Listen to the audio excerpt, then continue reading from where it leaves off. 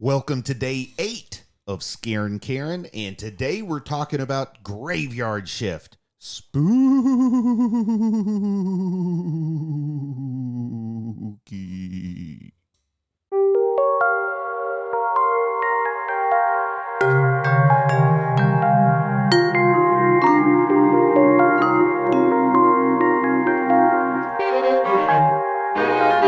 Today we're talking Graveyard Shift from 1990, directed by Ralph Singleton. The screenplay is by a guy named John Esposito, and of course it was adapted from the short story by Stephen King. Now this is a case where I have read the short story, but I've lived more years of life since I read it than I did before I read it. Mm-hmm. So all that I remember is like the reveal of what the monster, I guess we'll say, is, and I don't really remember much about the story, but I don't remember it. I remember the short story ending before they actually confront the monster. It's like it ends with the realization that the monster exists, if I'm remembering it correctly. Do you remember the short story at all? I read the short story a long time ago, but it's not one of those that stuck with me either, because it was part of a collection of stories. Yeah, the Graveyard Shift, I think, was the name of the collection. Yeah, so I don't know. I think the movie stuck with me more, but I'll always wonder, like, why do they choose certain ones to make movies from? Yeah. So they must have got some good feedback about that one. One thing I know that was involved in the choice of this was that it was the main film office trying to get started up, and Stephen King let them have this one for $2,500. Oh, wow. So, I guess when you're trying to get something started, you take what you can get from your patron. That's a pretty nice movie patron to have for a film office, is Stephen King. It's starring David Andrews and Brad Dourif. And did you see any other recognizable actors here? Yes. So the main Mr. Warwick that runs the textile mill, that's Stephen Mocht. Yeah. So he's been in a lot of things. His son, though, his son is best known for being Harvey Specter in the Suits TV show. Gabriel I watched that with you, right? Yeah, and he also stars in that, playing his dad in that show, too. I didn't even recognize him, but I didn't watch Suits with nearly the attention that you did. Yeah, but then also I grew up watching all of those, like, cheesy soap operas, like Dallas and stuff. He was in Knots Landing. Oh, like there was some. I didn't remember that. Yeah, so I recognized his face from a lot of things, like earlier from the 80s. And what did you say his name was again? Stephen Mocht. Well, I'll definitely be bringing him up again when we're discussing the movie. And of course, Brad Dourif. Love Brad Dourif because he's Huntington's own Brad Dourif. The voice of Chucky is what I know him as. Some people know him as Wormtongue. Some people may know him as that dude from Exorcist 3, but he's hometown Chucky, Brad Dourif. Yeah. This was produced by Larry Sugar Entertainment. So I guess by 1990, Dino and Stephen King had pretty thoroughly broken up. Yeah, it's a 5-year thing, I guess. And, I think you can tell. I think that there's a certain Dino flair that's missing from this production, and it's not related to financing. Because this actually had a bigger budget than the stuff we talked about from 1985 with the De Laurentiis Company, this had a budget of $10.5 million, actually. Part of that is thank goodness to this Larry Sugar guy stepping in, because I don't think the main film office had $10 million at the time. But fortunately for the investors, it made a box office return of $11.6 million. So this movie basically made zero. Bupkis. There's a reason that we haven't heard of Graveyard Shift 6. No, I think it had later, like a cult following too. I probably didn't watch this at the movie theater. I was only 9 or 10 years old when this came out. So I'm thinking I probably saw it on TV, like on Fox, one of those stations where you just watched movies in the afternoon. I'm pretty sure that's where I caught it at. Well, if I can, I'm going to interrupt you just for a moment to give everybody a big spoiler warning, because we're getting ready to start talking about this film in earnest, and I can't talk about something without talking about all the evil, dirty details. The devil's in the details. The devil's in my pants. How did that song go? Do you know? No. Oh. Shoot first, apologize later. Anyway, it's some song from the 90s. I don't care what you do. I'm not your dad, isn't it? Yeah, whatever. I think I nailed the art of the synopsis with this one, because the key, what do they say? Brevity is the something of wit, or the soul of wit. Brevity is the soul of wit. All right. After that long-winded prologue, let's see if I got my synopsis down to an art form with its brevity. A textile factory has a big rat problem. Perfect. I'm patting myself on the back too hard for that. I thought it was so clever. You see, there's a double entendre, if you will.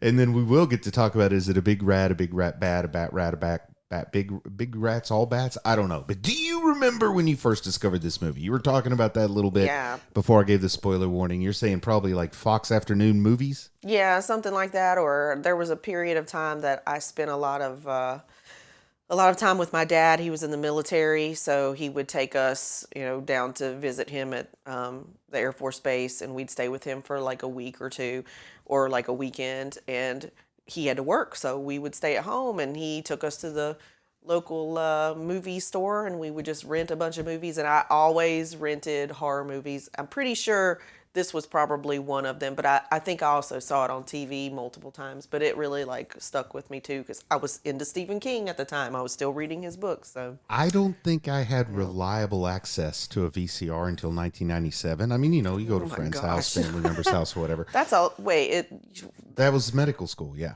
Crazy. You didn't even have one in college? Nope. Interesting. Yeah. I can't remember a time not having a VCR. That's a difference in our experience, our life experience. But I mean, it's not like in the summer, my dad would have one. I'm just talking about reliable access anytime I want it. Mm-hmm. So most of my horror movies that I saw growing up, a lot of it's like TBS, USA, where they're edited, and a lot of the stuff that makes them good is edited out. So this is all kind of cool for me to go back and rediscover it. Mm-hmm. But this is the first time I've watched this movie, with the exception of I have seen one of the scenes near the end, and I don't know if I saw it just in a clip show or if it's like turning through the channels one day. I just caught the very end of this movie, but I did see a scene at the end that we'll get to. But that's my experience with it. I like a good cold opening, and I like the way this movie has that cold opening that lets us know everything that we're up for. It's almost like a TV show where it sets up the tension before the titles in the first commercial break, but we start off with this no setup really whatsoever, other than we know we're in some kind of a textile mill, and there's a guy working with big old bags of cotton turning it into yarn, and there's rats down there, and then he's cruel to some rats before something big and off screen that casts a large shadow is cruel to him. And how do you like I like the TV show style cold opening, even if it's on a theatrically released movie. Scream used it very well. How do you like this cold opening? And it was okay. I mean, I think it's kind of typical of a lot of the Stephen King things, like that Silver Bullet that we watched that had a cold opening too. Just kind of sets you up for what's going to happen later. But I think you didn't realize that it was going to be a big creature at the end, I think, when he turned around and he made the surprised face, you don't know what he was looking at, but you knew it had something to do with the rats. I think the rats were interesting as a character, on their own in this, the way that they looked and just like in big, large groups kind of just stared at him. I think I don't know. Just the group of rats collectively, they had their own like part in that scene. And then all throughout too, so they all had their own personalities. But it does tell us what we're in for. It sets the tone clear and early, so I'm not worried about some kind of fake out where somebody's just obsessed with rats, but it turns out it's really not rat. It makes it clear what we're getting into, and I like that. I like to set the tone, set the expectation. Also, I like monster movies better than slashers, so if it's a creature feature and this establishes it's a creature feature, I'm willing to invest emotionally, because I don't like to invest in something like, like there was an M. Night Shyamalan movie that I thought was going to have creatures. It turned out they weren't creatures. I don't want to spoil it by saying the name, but you know what I'm talking about. Mm-hmm. It not only set you up for like something big that you can't see, but you didn't realize that these rats were... they like to eat people, and they were attracted to blood. Like most rats they're just scavenging for like junk food. You remember like Pizza Rat down in the New York City subway, but when the guy have found a steady supply. I know, it's really weird. Like and so they set you up for this like right at the beginning when the guy is upset at like how hot it is downstairs, and he slams his hand on the wall, or kind of punches the wall, and then he punches a hole into his hand with a nail that's sticking out, and he's bleeding all over the place, and he uses some of the cotton to clean it up with, and he throws it on the floor, and then this little rat just comes up and starts eating it, and he's just like, that's interesting. So it's like, okay, these rats like blood, so and there's a part of me that really misses the way movies used to be shot. Like, this is from 1990, so this is one of those final ones to be shot in a very, what I'll call, theatrical way. You know, the trend has rapidly went towards ultimate realism or ultra realism or else ultra absurdity. But this is shot like the way that the TV shows your grandma used to watch on Sunday evenings on CBS were shot. And there's a certain comfort taking me back to my youth that, like, Murder, She Wrote or a gigantic murderous rap movie, they're going to be shot the same way. Like the whole thing with him hitting his hand on the wall, just the lighting, the performance, the type of actor, the hair, the makeup, it's great. Because nothing about it's real. It's so escapist. This film was shot in Maine, in a town called Harmony, Maine, and it was shot at Bartlett Yarns Incorporated. Interesting. And I mention that because this, even though this is actually shot in Maine, if you told me it wasn't, I'd probably believe you, because we've been watching all these movies shot in North Carolina. Of course, North Carolina has the textile industry, or had the textile industry. Unfortunately, I don't think it's doing so well anymore, but at the time this was shot, they still had it. They had a little bit of that around here too, like textiles. I will say that Maine looks more like Wilmington than Wilmington looks like Maine, if that makes any sense. But yeah, this one's actually shot in Maine, but still didn't feel terribly Maine-ish to me because we didn't have a whole lot of like over-the-top Maine accents or anything. But the actors weren't from Maine, just the location. I think we did have an over-the-top Maine accent, or a trying to. I don't think it was Maine, was it? Yeah, it was. Oh, I thought it was like some bad Irish accent. No, the head foreman, Warwick, he totally was trying. Like, I think it was a mixture of a bunch of stuff, but he was trying his best to do a Maine accent. But I think, from what I've heard, like, Maine doesn't have a singular accent. It's just like in different areas they have different blends. And so there's not one particular one. So I think he just took a bunch of different ones that he'd heard or maybe done research on and just tried to make something of his own.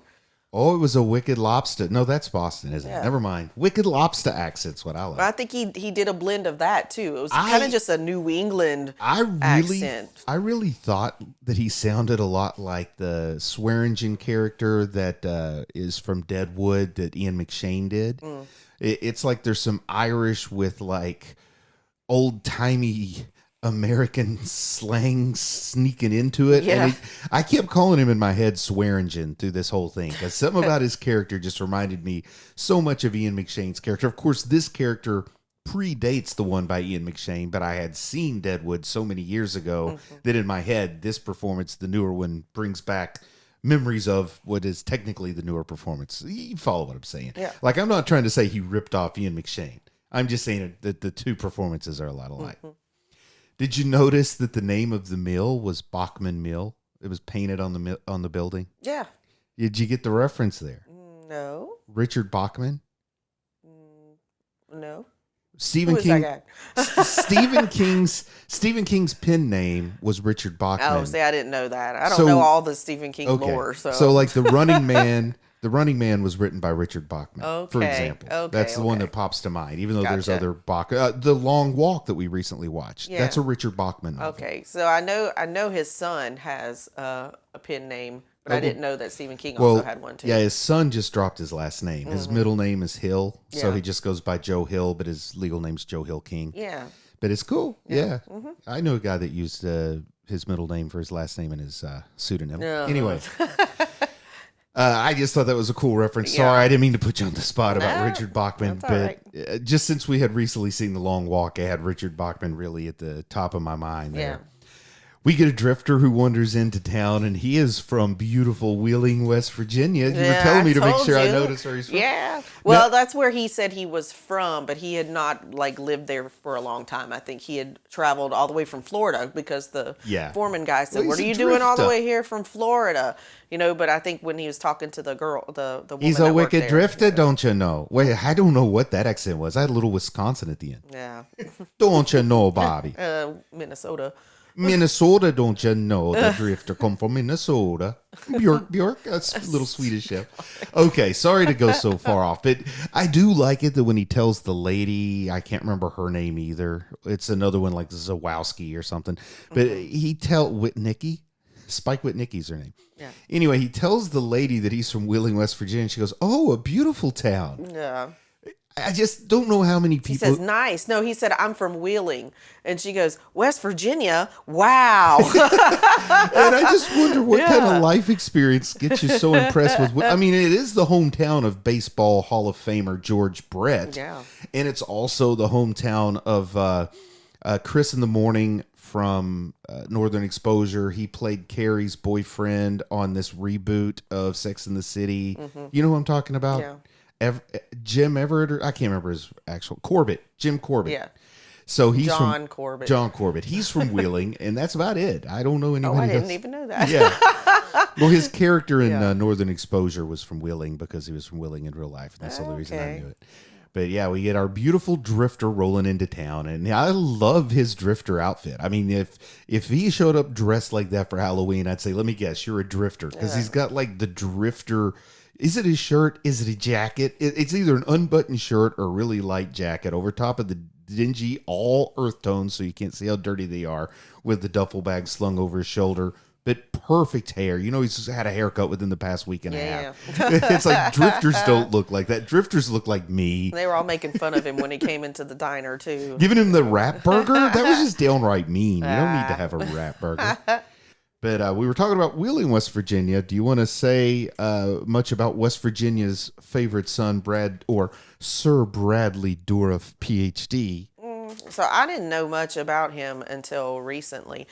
I think he came to the Foundry Theater about Like a month 2 ago. weeks ago. Yeah, something like yeah. that. It was probably about a month ago. Yeah, you're right. And I didn't know that he was the voice of Chucky. I think I'm probably like, you've probably said that to me, and I just At like least 1,000 times. Yeah, and I just kind of, in one ear and out the other. I'm paying attention to it a little bit more now. I have a But I tendency did, to just say the same ridiculous things so much that it's easy to ignore me. I get it. I did read up on him that he was born here and then he had moved around a little bit. Went to Marshall. South Carolina. Moved to South Carolina. Then he finished up high school in Colorado or something like that. So, and then he went to Marshall for just a little bit, where he was in the Huntington Players, I think is what it was called. Yep.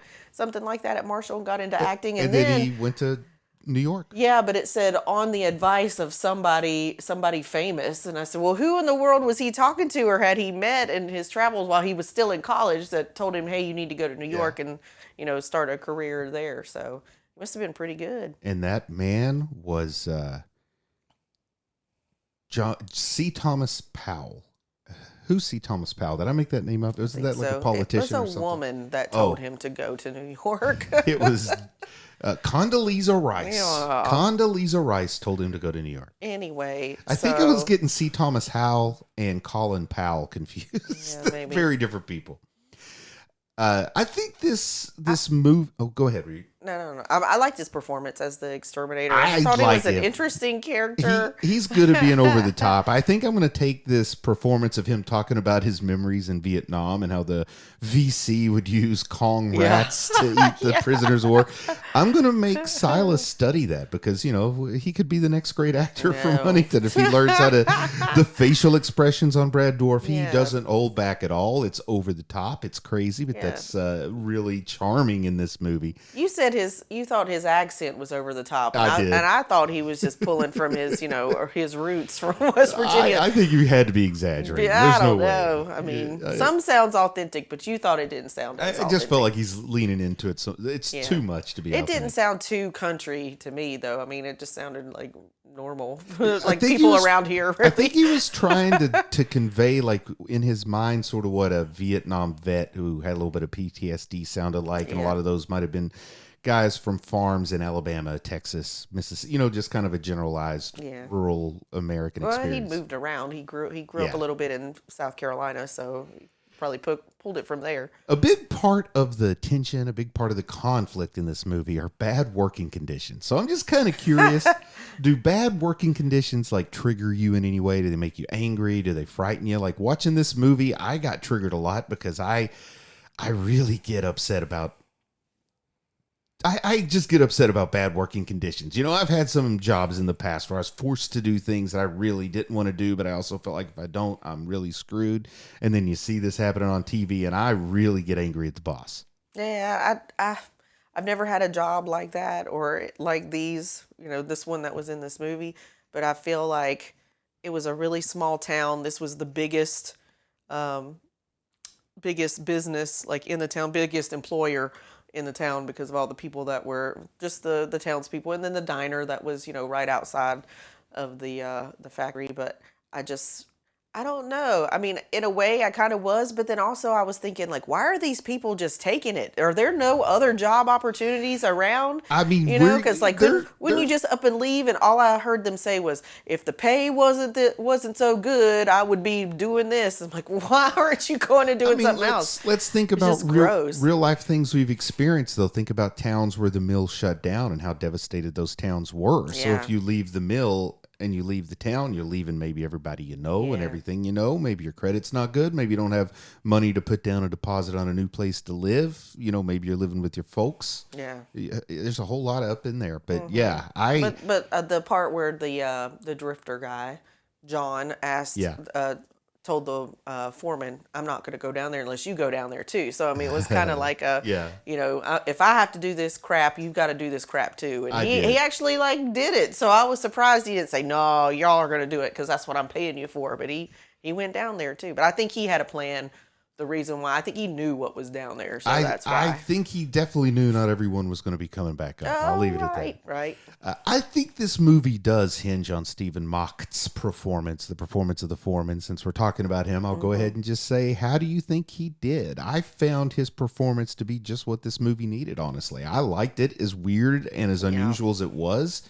I think he conveyed menace. He's definitely somebody I believed losing his mind and becoming a commando down in the basement. Yeah. What are your thoughts on it? It was pretty genuine. I think in some ways he knew what was going on down there. And I feel like during the whole movie I was trying to connect why he did that. Or maybe he had, I felt like maybe he had some kind of superstition, or he was working with this creature, like if I keep you fed, I'm going to continue to have success in my business, something like that. Yeah. So I feel like there was some kind of mutual agreement, but then it ends up catching up to him in the end.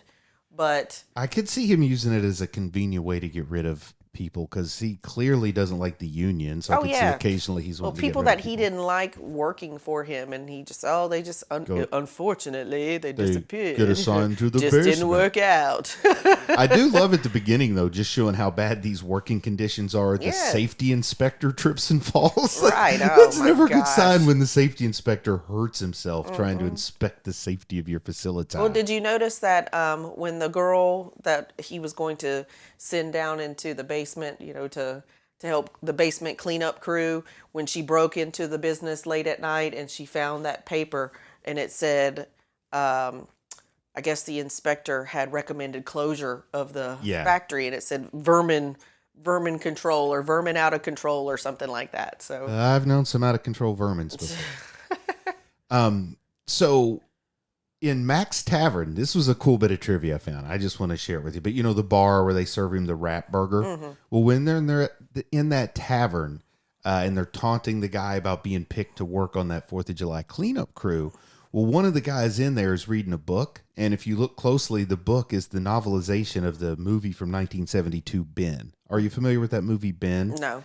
Well, it's a story that's all about a guy training killer rats. Oh my and I goodness. think that's kind of an intentional placement here. So the fact that Ben is about killer rats that kind of work for this Ben guy, then I'm thinking maybe the presence of that novel in the scene is saying that the filmmaker's trying to lead us to believe that perhaps Warwick is working with the rats. I think so. But clearly Warwick isn't working with all the rats by the way it ends. Yeah. Now, I guess we might as well go ahead and get to the money on this film, get to the big cool stuff. But I really like the big rat bat when it's finally revealed. So tell me, what are your thoughts on the creature? And do you think I think that the creature's designed to look more like a bat than a rat, but I think it's supposed to say that when rats get that big, they just all grow wings like a queen ant. Sometimes the queens of an anthill will have wings, even though the underling ants don't. Yeah, but this was just grossly like way over. Maybe that's what I don't know. Maybe they lived in a colony, like you said. Though it was kind of like they worked together like that. The little worker rats, brought people to them, but also they didn't have any problem like killing people and eating them right Not at away. all. But the first time I saw the wing, and I said, "Oh my gosh!" I thought it was a big rat, because it had a really long tail. Bats don't have really long tails, so I feel it's like some kind of hybrid creature. Unfortunately, we know all too well what bats look like because we had 2 bats in the bedroom about 2 months ago. But thank goodness they're not there anymore. Yeah. But yes, if we saw a bat with a big long tail like a possum, I'd just set the house on fire and we'd move into a trailer. I'm sorry. There'd be no coming back from that for me. One of the best scenes was when the guy is sitting there and he's flicking his lighter, and that's when you really see the face. I mean, because before you would just see down inside the mouth, coming to eat, so you didn't know exactly what it looked like. But then when he flicked the lighter, and then the camera shot panned over to the actual creature, and then you got a good look at what it looked like. That definitely looked like a bat, but this bat with his skin looked like it was melting off, and it was just all bloody and didn't have any hair and stuff. So that was pretty cool. But I couldn't stop looking at the teeth, especially at the end. They definitely look like bat teeth, not rat teeth. And I almost vampire bat-like. It's what it's got to be based on. And, there's a whole lot of linkage between Nosferatu and rats, at least in the 1970-something version that was made by Werner Herzog. There are a lot of rats in that. And then rats. So maybe the person who made this kind of was inspired by that linkage. I don't know. I'm just trying to guess. I know that Stephen King did not like the way the creature looked at the end of this movie at all. Oh, really? Yeah. It's not what he envisioned. He denounced this movie pretty much right away. Said it was just a cheap, quick exploitation, and he was glad it failed or something like that. He was not a supporter.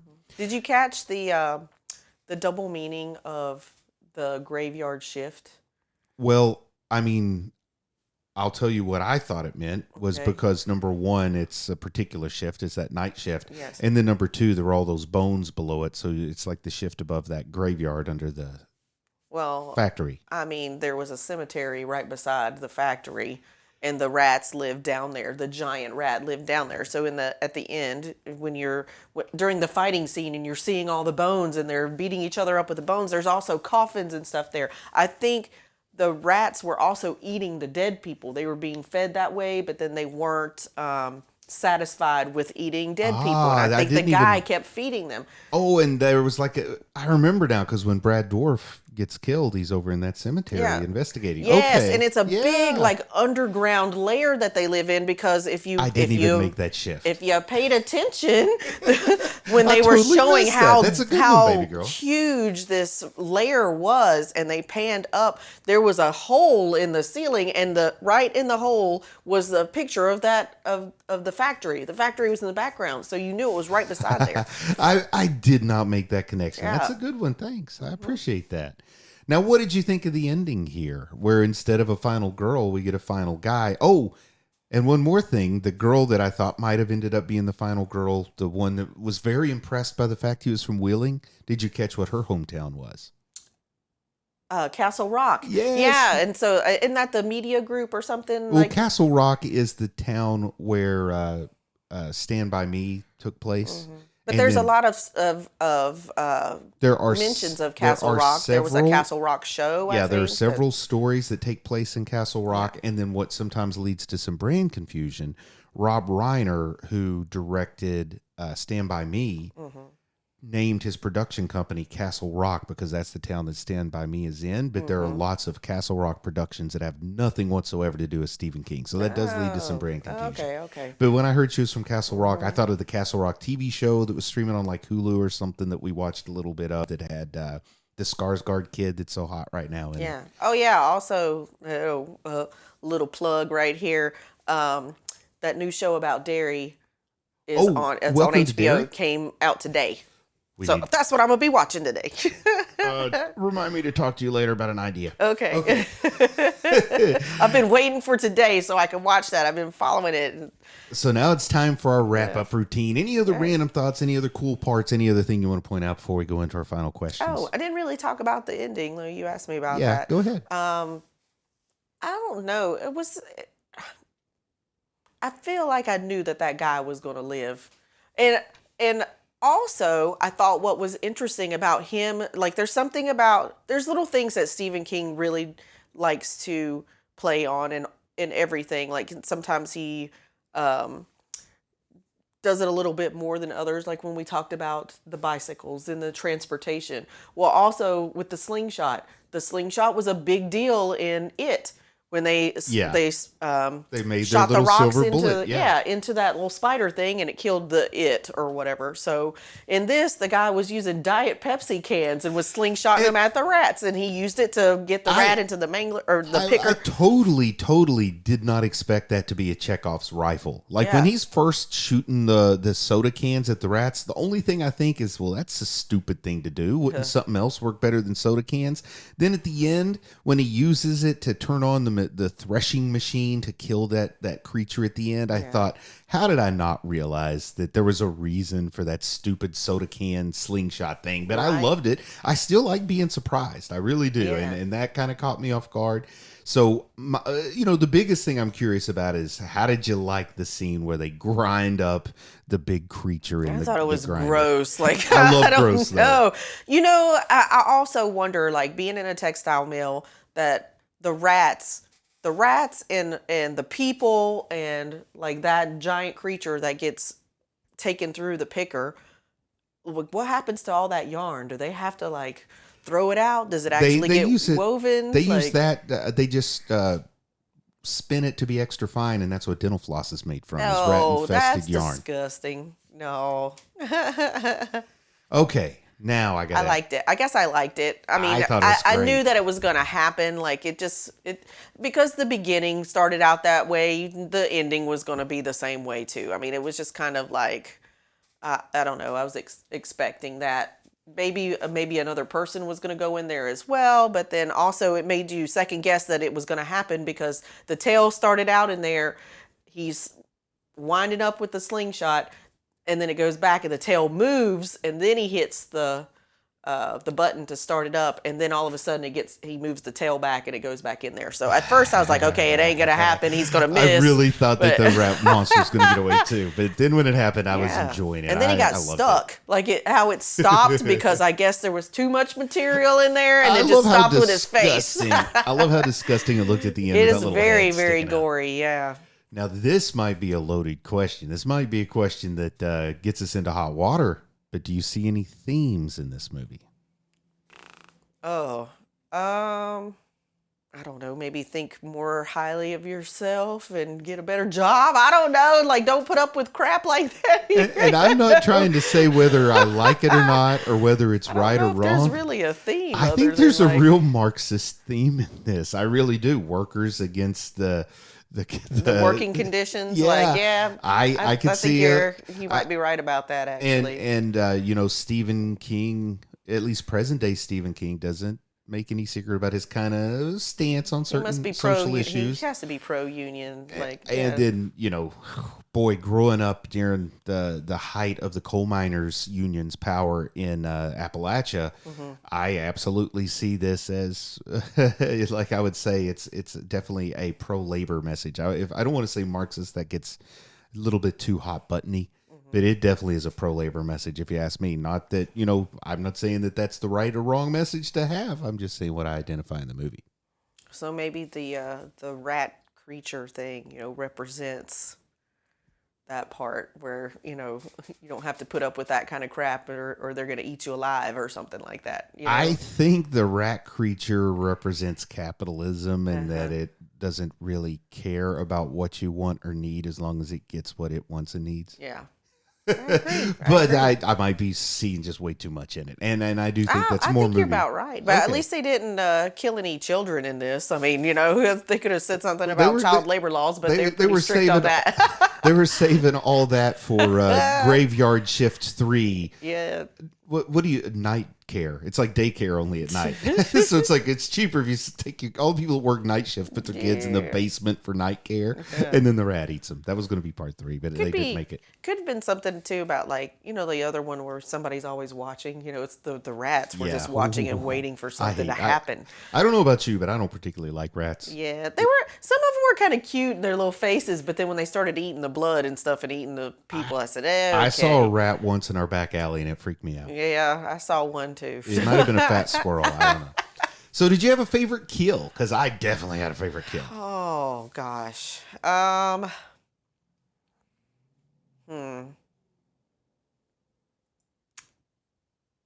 I don't I don't know. They're all about equal to me. None of them really stuck out because I knew what was going to happen, but there wasn't any that were particularly like juicy or gory. Maybe when Warwick got killed at the end, it was a little more satisfying. That was so. I think it's satisfying because the way the wings wrap around him and he's like encased. Did you ever watch a movie as a child? Beastmaster? Yes. Yes, that's And what that reminded me of. Yes, exactly. It's Where the they like Beastmaster shook him and kill then the scene. bones fell out. I'm That's so all glad I thought you about remembered that. too. Yeah. I got such a kick out of my mind being triggered. And I thought, I'm going to Yes. sit here trying to explain this movie to you. And I love that. No, Okay, the good. whole time I'm watching this, I was like, this is like Beastmaster. And that part where that person runs into the Give me a guy. fist bump. We He's don't trying do to that get very out of there often. and he runs too fast and then it grabs him and then it shakes and then just the bones fall out. So I think we both had the same favorite kill, and it's the Yeah. Beastmaster kill. Yeah. Do you have a favorite shot? You already mentioned my favorite shot, but I didn't acknowledge which it was, so I want to hear if it turns out to be your favorite shot or not.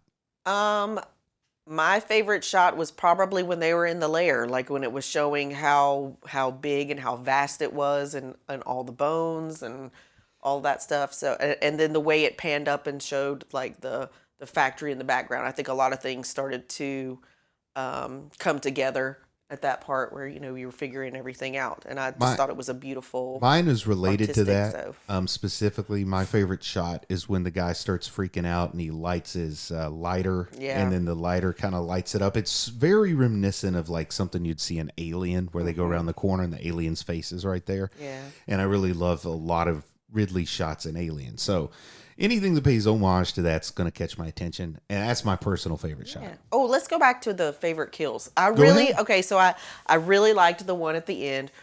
I totally forgot about this one. I kind of like when Brad Dourif got killed. Like that was interesting. Just you felt Shame on you. No, you just in the scene, like you don't know who he was. I mean, if you didn't know who he was, just His the name way he was got Tucker killed when everything Cleveland. kind of like started shifting around, and then he got behind there, and then the sarcophagus started moving, and you're like, oh, he's gonna get it. Oh, how's he gonna like that? You know how much that thing weighs. It's gonna be gruesome. And then when it finally gets him and it just smashes his head into the wall, and then as it's sinking, it just like slides down, and there's nothing left of his face. It's just all like stuff, like grossness and skin, and just sliding down the wall. I thought that was a pretty cool shot. It was a pretty cool shot. Okay, so now let's give it a scare grade. How scary do you think Graveyard Shift, the giant bad working condition rat place bat movie with Brad Dourif is? Scary. I would give it I'm thinking a good B plus, just because if you've never worked in those conditions and you don't know what it's like, and then this is his idea of what it's like, then you're just, I don't know. I feel like this could, even though it probably would never happen, you're about 99% sure it would never happen. There's that possibility that there could be something living down there, And something that's a little more realistic. Like they crack open this cellar that nobody's been in for God knows how many years. You don't know what kind of spores and animal feces and stuff is down there, and they don't even put on respirators. Yeah. And it's like, I feel inside of my heart like, man, I've been at places where I've been sent in and I'm like, I really ought to have a respirator on, Yeah. but what am I going to do? I got to work. All right. Well, and So the that rats scares too. me. I give it a B also. I think is the what I'm rats, saying. the element of having the rats there and they were real rats and not CGI'd rats. I mean, I think that makes it scary too, It because does you make it don't know scary. what their intentions are, And I don't think the people there, I don't think they knew that the rats were eating the people either. So, but because we knew, I think that gave it a Oh, scarier. another one of my favorite shots is near the very end. They get a close up of a rat just nibbling on a bloody piece of cotton. Yeah. I like that one too. Sorry. But yes, I also give it a B scare grade. What I want to know is what kind of pumpkin rating do you give this? The last time I checked, this was a solid 0% on Rotten Tomatoes, which I don't understand. Man, But I want to what? hear what your pumpkin rating is. Oh, I mean, if you're a Stephen King fan, I'm thinking maybe a 3.5, something like that. It's not one of his best, and I think it could have been told in a shorter form, like when we did the Cat's Eye. I Oh, think it yeah, could have been a yeah. better like Well, short story. It was a short story to start with, so that Yeah, makes sense. but I feel like it was just kind of dragged out a little long. But I think like as far as if someone is a Stephen King fan and likes to reminisce and nostalgic and stuff, then I would recommend it. But I don't know if it's for everybody. I do think it is a fun movie. Yeah. I totally don't get why it's got a 0% because No. I had fun, plenty of fun watching it. I give it a 3.5 pumpkins too because I think it's a great one to just have in your rotation around Halloween. It's less than 90 minutes, so it's not like you're really sinking a lot of time in it. And it'd be good to watch with a group too. Watching it by yourself might not be as much fun as watching with a group and laughing a little bit and commenting, but I think it's a good fun watch. I've seen so many movies that are worse that have a higher ranking on Rotten Tomatoes, so I don't get it. But I say go check it out. Might not be one that I would have in my collection like all the time, like you said, like in a rotation. Though I think I like a short, it has this- enjoyable movie that you don't have to pay attention to. but Sometimes, I feel like the way it was made, it was like it had this made for TV feel to it. You know what I mean? So I mean, it was gruesome, but it was like stuff that they would still play that kind of stuff back in the 80s and 90s. But I feel like just the way it was shot and yeah, I mean, it would be something that I would have on a background, like at a Halloween party or something like that. But, that's kind of what I'm thinking, and it's one you don't have to pay attention to. Then you turn around whenever the end happens and the rat's on scene, and you get to see Brad Dourif do some of his over the top stuff, and you get to see the Stephen mocked rolling into his. So there's plenty of good stuff to see there. So I want people to check it out. It's not gonna be in anybody's top 10, but it's not a 0%er. right. So as always, I just want to say never give up, make art, consume art, do what you love what you do.